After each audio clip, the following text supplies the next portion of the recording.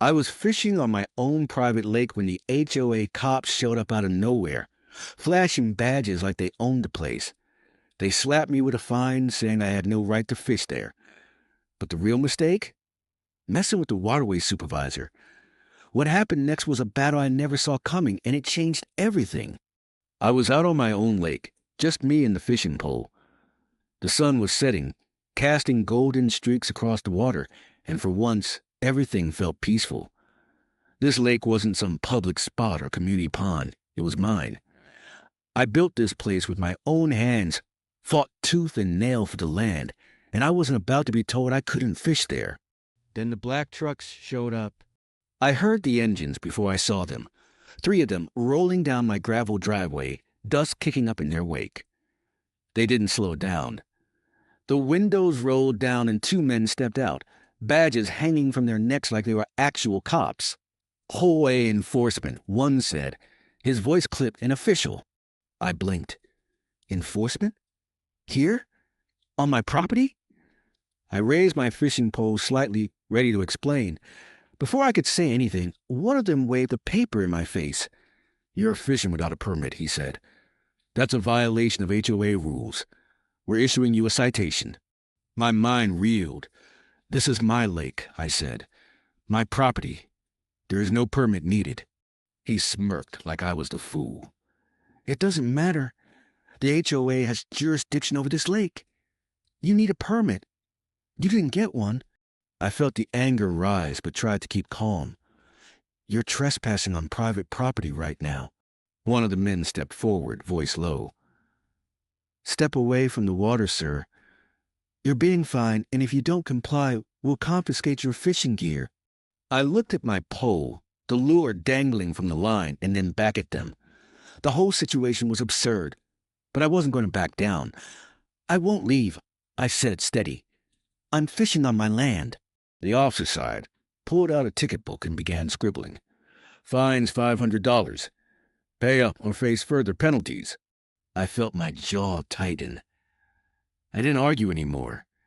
I just watched as they handed me the ticket and loaded up their trucks, leaving dust and bad taste in their wake. That night, the anger didn't fade. I called the HOA office first thing the next morning, demanding to speak with whoever was responsible for this. The voice on the other end was cold, unhelpful, and eventually transferred me to Waterway Supervisor. She answered with a clipped, "This is Helen." I explained what happened. Her laugh was sharp, almost cruel. "You don't understand. The lake is under HOA jurisdiction. We control who can fish, where, and when. Without a permit, you're breaking the rules." I told her again this was my land. She cut me off. "Ownership on paper doesn't mean much here. The HOA has the power. You can pay the fine or face legal action. Consider this your warning." I tried to press for a compromise. Nothing. Every word was an insult wrapped in authority. Days passed and I kept fishing. Quietly, carefully. But the patrols began. Late at night I noticed patrol boats, black, with loud floodlights cruising the edges of the lake. Their spotlights swept the water like searchlights hunting for intruders. My dogs, Diesel and Luna, were on edge, growling at every shadow. One night I grabbed my camera and followed one of those boats in my small rowboat. As I closed the distance, a voice blared from a loudspeaker on the patrol boat. "You are trespassing. Leave immediately or face citation." I stayed silent, watching. They weren't just enforcing rules anymore. They were intimidating, controlling, hunting down anyone who dared challenge them. I began recording everything. Their patrol routes, the way they intimidated neighbors, how they twisted rules to squeeze fines out of residents. I found others who had been targeted, stories that matched mine, people bullied out of their own homes and properties. I compiled evidence, legal documents, and testimonies. I shared what I could online, hoping to expose the corruption. But Helen, the Waterway Supervisor, was watching. I started getting cease and desist letters, vague threats, and ominous warnings slipped under my door. "Stop what you're doing," they said, "or face consequences." One afternoon, she showed up at my house unannounced, eyes sharp as knives. "You're making a big mistake," she said coldly. "This isn't a game. This is power. My dog stood between us, alert and protective. I wasn't about to back down now. I have every right to be here, and I'm not afraid. The tension between us was electric, like a storm ready to break. She turned on her heel and left, but the message was clear. Weeks later, the HOA called a community meeting near the lake. I knew this was my chance to confront them publicly. I showed up with my evidence, ready to expose everything. Helen tried to spin lies, painting me as the problem, a reckless rule-breaker threatening the peace.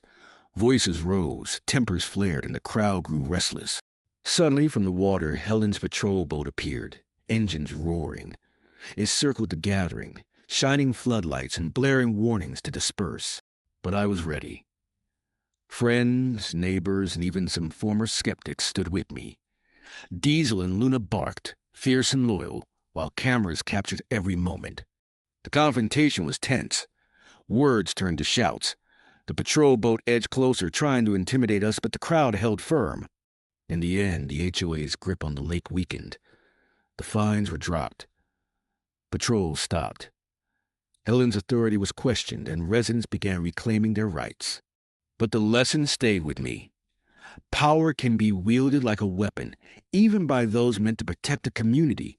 And sometimes you have to stand your ground no matter what it costs. I'll keep fishing on my lake. And next time the HOA cops show up, they'll know this isn't just water they're messing with. It's my home. I was fishing on my lake, the line barely disturbing the glassy surface, when the call came. The HOA office. The voice on the other end was cold, clipped, and had a tone I'd heard before in board meetings and neighbor disputes, thinly veiled authority mixed with impatience. The woman identified herself as Helen, the Waterway Supervisor. She told me that the lake, despite being on my property, was under the HOA's strict control. I needed a permit to fish, she said, and without one, I was in violation. I laughed, thinking it was a joke, but the sharp edge in her voice told me it was anything but. Helen explained the rules like a lesson I was too ignorant to have learned. She talked about permits, fees, and restrictions I'd never heard of until that moment. I told her that the lake was on my land, that I owned it, that no HOA had the right to police my fishing. She smiled, at least I imagined it, her voice turning icier. Ownership on paper means nothing when it comes to HOA regulations. We manage the waterways for the community's safety and order. You will comply. I wanted to hang up and storm out, but I stayed on the line, demanding to speak to someone higher up, someone who understood that this was my property, my right. Helen was unfazed. She told me I could pay the fines for violation or face legal action. No negotiation. No compromise. It was a warning and a threat all at once. Days passed, but the warning settled deep in my gut. I kept fishing quietly, careful not to draw attention, but soon the night patrols began. I noticed them the first time late one evening when my dog started growling, ears pricked, fur standing on end. Black patrol boats roamed the lake, their floodlights slicing through the darkness like searchlights. They moved deliberately, methodically, their engines quiet but ominous. I took to hiding in the shadows, watching them from a distance. Their loudspeakers crackled with warnings, telling anyone on the water to leave immediately. These weren't routine safety checks. This was intimidation. My dog stayed alert, pacing at the dock, growling whenever the patrol boat's lights passed close by. One night, curiosity and frustration got the better of me. I grabbed my camera and slipped onto my small rowboat, pushing off silently. I followed the patrol from a safe distance, keeping the camera ready. The voice from their loudspeaker was cold and demanding, ordering anyone on the lake off the water. I filmed their movements, caught how they hovered near docks, sometimes shining their lights into homes and yards. It felt less like protecting a community and more like harassment. I thought about how many people they must have fined or threatened without cause, how they were abusing their power. I started to dig. I reached out to neighbors, gathering stories and complaints about the patrols and the Waterway Supervisor's iron grip. More than a few had faced fines for trivial or non-existent violations. Some had been scared off their property entirely.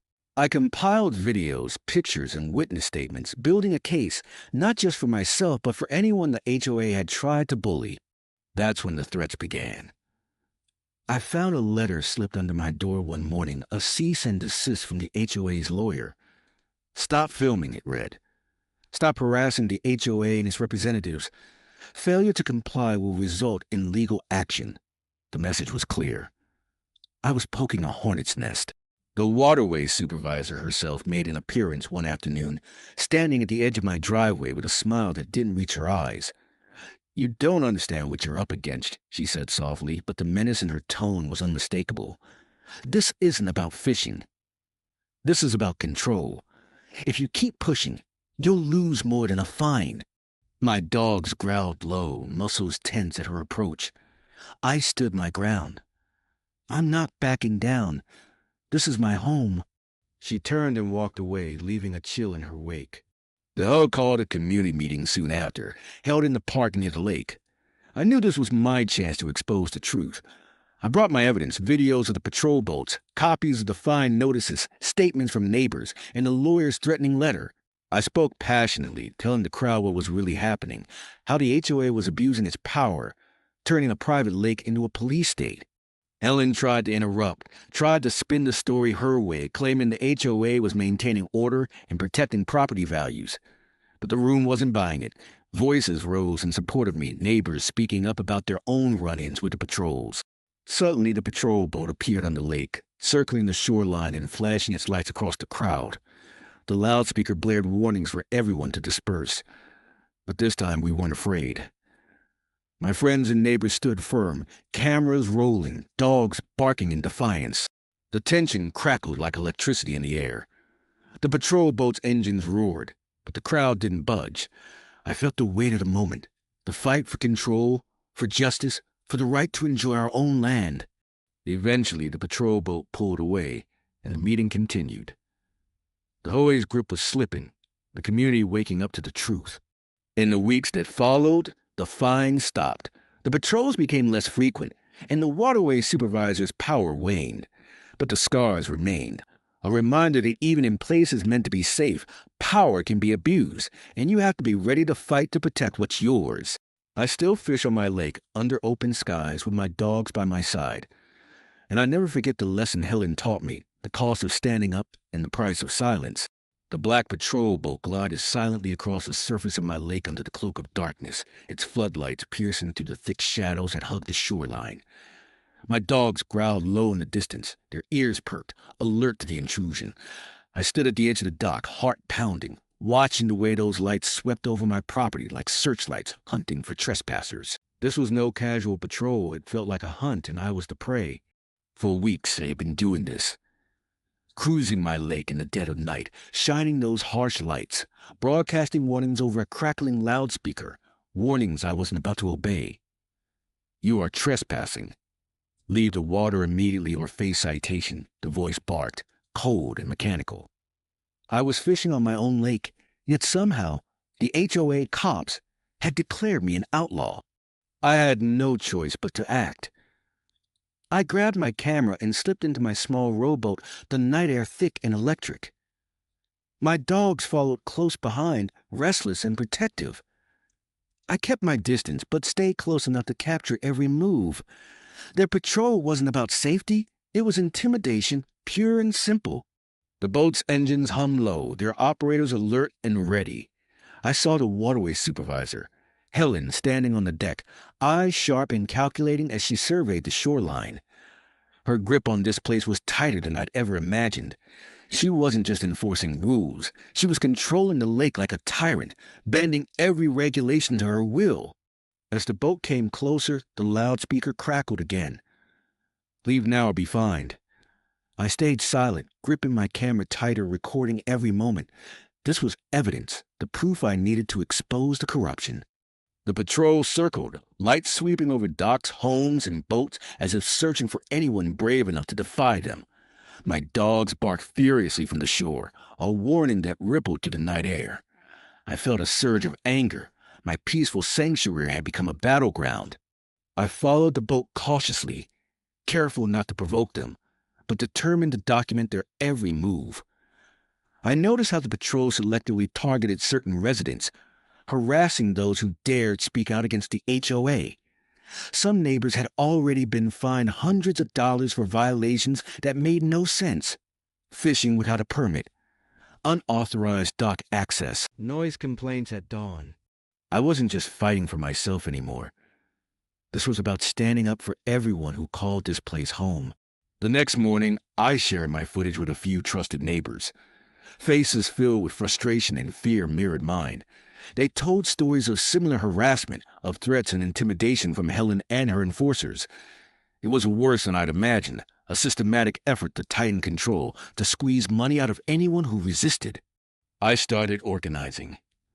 We gathered evidence, videos, photos, witness statements, building a case to confront the HOA's abuse of power. But the response was swift and threatening. A cease and desist letter arrived, warning me to stop filming and speaking out or face legal consequences. Helen herself came by one afternoon unannounced. Her eyes were cold, her smile thin. "You're playing a dangerous game," she said quietly. "You don't understand the consequences of crossing me." My dogs growled low, sensing the threat, but I stood firm. "This lake belongs to the people who live here, not to you or your patrols." She turned and walked away, but I knew this was only the beginning. The silent night patrols would keep coming, but so would I. I wasn't going to be intimidated. Not by Helen, not by her cops, not by anyone trying to steal what was mine. "And next time they came, I'd be ready."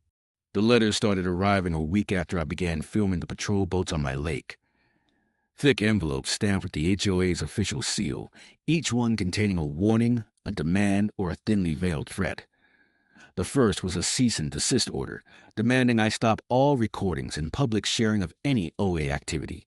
The letter claimed I was harassing the HOA staff and interfering with community operations. It threatened legal action if I continued. The second letter, more aggressive, warned that any further violations could result in hefty fines and potential court involvement. The third, hand-delivered, arrived on a dreary Thursday afternoon, slipped under my door by a courier with an unreadable expression. Inside was a demand for an immediate meeting with the Waterway Supervisor, Helen, who insisted I cease all unauthorized activities or face serious consequences. I felt the pressure mounting, the weight of the fight settling heavy on my shoulders. But I also knew I couldn't back down. I had to protect my home, my rights, and the truth that had to come out. I started documenting every letter, every interaction, photographing envelopes, scanning every page, and saving copies in multiple locations. I posted parts of my evidence online, carefully omitting names but making the pattern clear. The HOA was abusing its authority.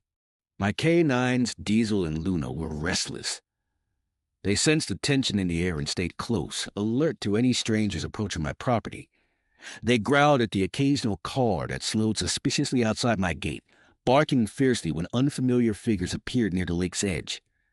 I made sure they were always nearby during the day and secured safely at night, but the unease lingered. The meeting with Helen was inevitable. She arrived on a bright morning, dressed immaculately in a navy blazer that seemed to swallow her slender frame. Her eyes, sharp and assessing, scanned me like a predator evaluating its prey. She spoke with a calm but icy tone, making it clear she was used to being obeyed, to getting what she wanted. "You're causing problems where none exist," she said smoothly. "Your videos, your posts, they're stirring unrest. The HOA is here to maintain order, to protect this community, and you're making it harder for everyone." I met her gaze evenly. "I'm protecting my property and my neighbors. The patrols harass people. They fine residents without cause. This isn't about order, it's about control." Helen smiled, but it was a cold, tight smile. "You're walking a dangerous line. Stop this now, or you'll find the consequences aren't just fines. Legal action, injunctions, even eviction proceedings. The HOA has the power to enforce rules, and you're testing them." Her threats hung in the air like a storm cloud, but I didn't flinch. I knew the fight wasn't over. In fact, it had only just begun. Helen left with a warning, but I could see the cracks starting to form in her facade. The following days brought an increase in patrol activity. Boats roamed the lake in tighter patterns, lights flashing deeper into the night. My dogs were on constant alert, their growls a low soundtrack to the ongoing standoff. I kept filming, documenting every move, every violation, every moment of intimidation. Neighbors reached out, offering stories and support. Some feared retaliation, others had suffered quietly for too long. Together, we formed a loose alliance, sharing evidence, pooling resources, and planning our next moves. One afternoon, I discovered a hidden camera mounted near the lake's entrance, clearly aimed at monitoring my property. I removed it and replaced it with my own, watching carefully for any signs of who might have put it there. The HOA denied any involvement, but I wasn't convinced. The tension escalated further when my mail was mysteriously delayed. Bills and important letters going missing for days. I suspected someone was intercepting my communications, trying to isolate me. Despite the pressure, I remained resolute. Every challenge only strengthened my determination. I wasn't just fighting for the right to fish, I was fighting to reclaim a sense of justice and fairness for my community. The HOA might have their patrol boats and their legal threats, but I had the truth, the support of my neighbors, and a resolve that couldn't be shaken. The fight was far from over, but I was ready. The lake had always been my sanctuary, a quiet refuge where the noise of the world faded into the gentle ripple of water and the calls of distant birds. I spent hours there, fishing, relaxing, watching my dogs, Diesel and Luna, run along the shore. It was my land, my peace, my escape. But that peace shattered the moment the hose patrol boats began to circle. I remember the first time they pulled up alongside my dock, lights blinding, voices barking orders through loudspeakers. You're fishing without a permit. Leave the water now or face fines. I blinked, stunned.